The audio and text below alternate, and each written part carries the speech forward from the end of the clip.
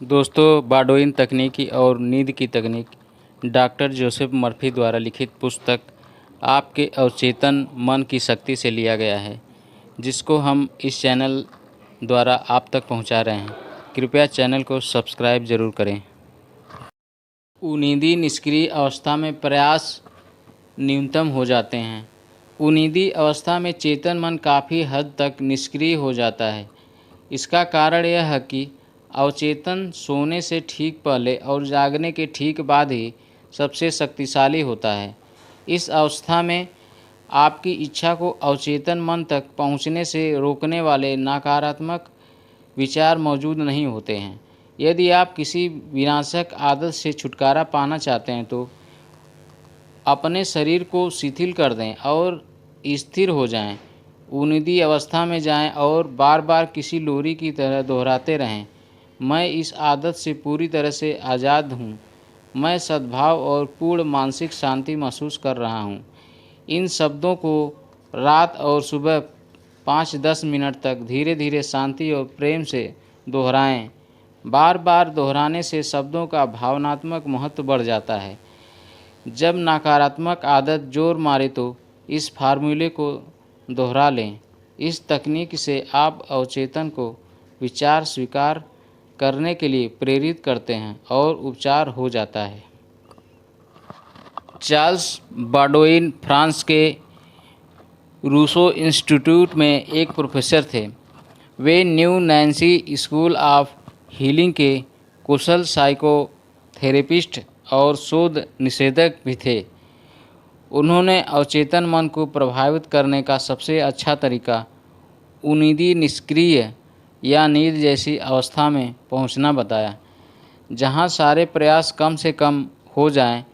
फिर चिंतन द्वारा यह विचार शांत, निष्क्रिय, ग्रहणशील तरीके से अवचेतन मन तक पहुंचाया जाता है। बारडोइन ने स्पष्ट किया, अवचेतन मन को भरने का एक आसान तरीका सुझाई वस्तु के विचार को सघन करना है। इसे तत्काल याद होने वाले संक्षिप्त वाक्यांश में व्यक्त करना है और लोरी की तरह बार बार दोहराना है। कुछ साल पहले लॉस एंजेलिस की एक युवा विधवा लंबे और कटु पारिवारिक विवाद में उलझ गई थी। उसके स्वर्गीय पति ने पूरी जायदाद उसके नाम कर दी थी, लेकिन पहली शादी से उसके बेटे बेटियों ने वसीयत को गैर कानूनी ठहराने के लिए मुकदमा दायर कर दिया था। उन्होंने विधवा के समझौते के प्रस्तावों को ठुकरा दिया था। जब इस विधवा ने मेरी मदद मांगी तो मैंने उसे बारडोइन तकनीक बताई। मैंने उससे कहा कि वह अपनी आवश्यकता को कुछ शब्दों में भर ले ताकि यह उसकी याद पर आसानी से अंकित हो सके। उसने जो वाक्यांश चुना वह था, यह दैवी इच्छा के अनुरूप पूर्ण हुआ।